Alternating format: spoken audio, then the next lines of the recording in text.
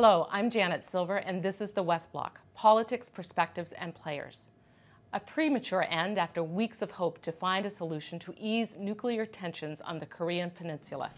The talks between President Trump and North Korean leader Kim Jong-un collapsed on Thursday when the U.S. refused to lift all sanctions to appease North Korea. So where does this leave relations between the two nations and Korea's buildup of nuclear arms? Joining me now from Honolulu is Troy Stangarone. He's the Senior Director of Congressional Affairs and Trade at the Korea Economic Institute. Thanks so much for joining us today. Thanks for having me today. President Trump abruptly ended his meeting with the North Korean leader on Thursday, and he told reporters when he walked out, the president said, "Sometimes you have to walk." Where does this leave relations between the United States and North Korea? I think at this point we're at an impasse, but this isn't necessarily a bad thing.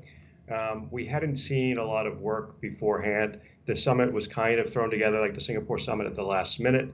The North Koreans had been unwilling to meet with Steve Biegun, the president's representative on North Korea. I think now the president has empowered the North Koreans to meet with Biegun and to take him seriously.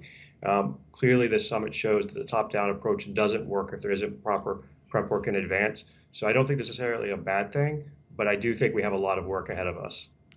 In terms of the work ahead, what exactly, in your opinion, needs to be done to get us to where the U.S. and North Korea were, say, even a few days ago? Well, right now, the big impasse seems to be over sanctions and how they'll be pulled back. Secretary Pompeo talked about sequencing in his remarks.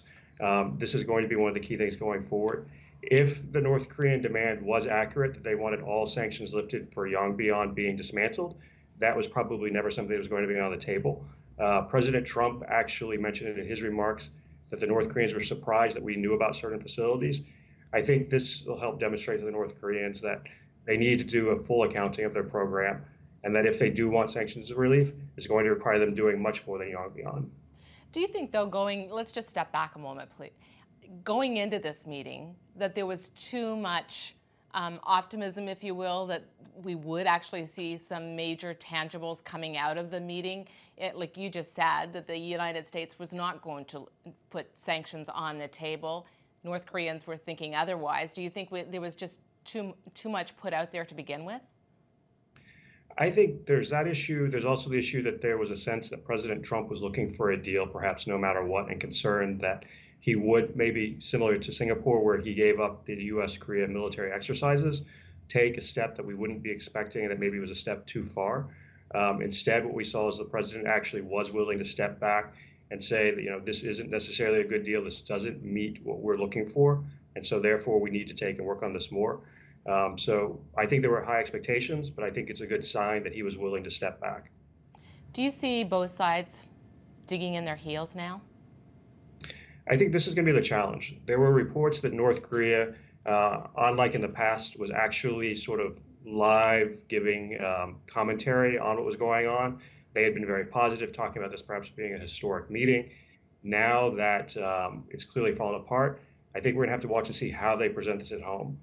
Does the North Korean media say Kim Jong-un stood up to U.S. pressure and didn't cave in, but is hopeful for the future?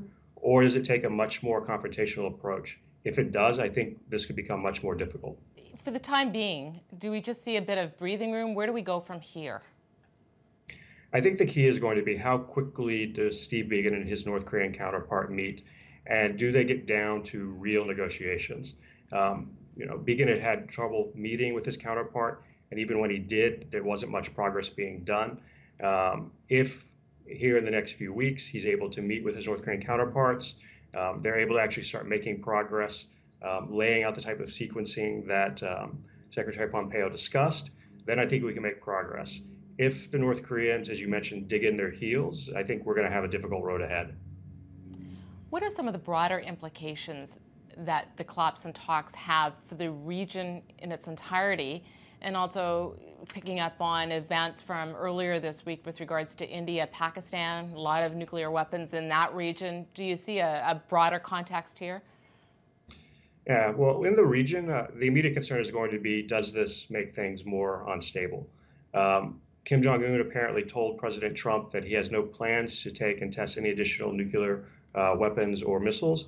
but we'll have to see if that goes forward. If it does, we could head to much more confrontational period.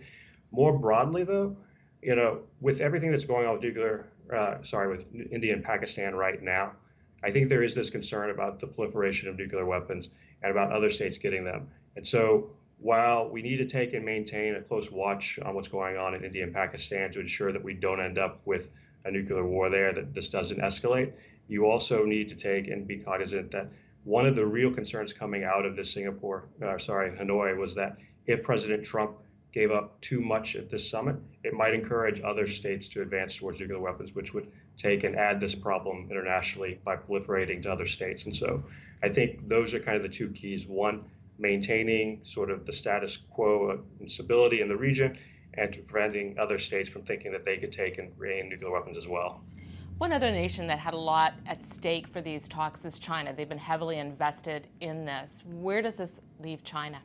They were hoping that the United States and North Korea would take and split the difference in their meeting. Instead, we saw this pull back. It's unclear how much influence China really has over North Korea. Kim Jong-un does meet with Xi Jinping quite a bit, but he also doesn't seem to take directions from Xi Jinping. And so I think at this point, the influence China has is limited. And so I would expect President Xi to take and try to talk to President Trump and see if there's a way to work forward.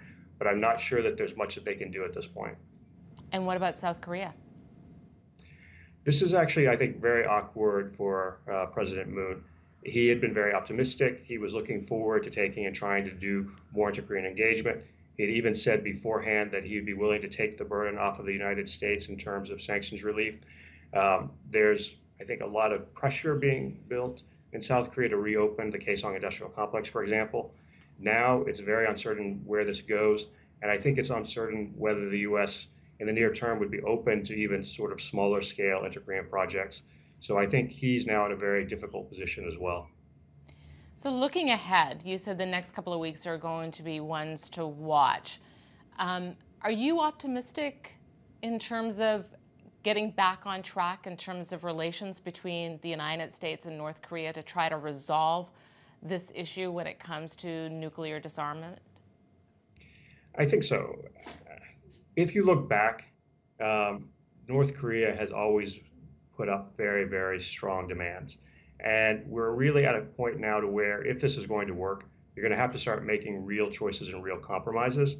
And so I, in some ways, view this as an initial opening offer from the North Koreans.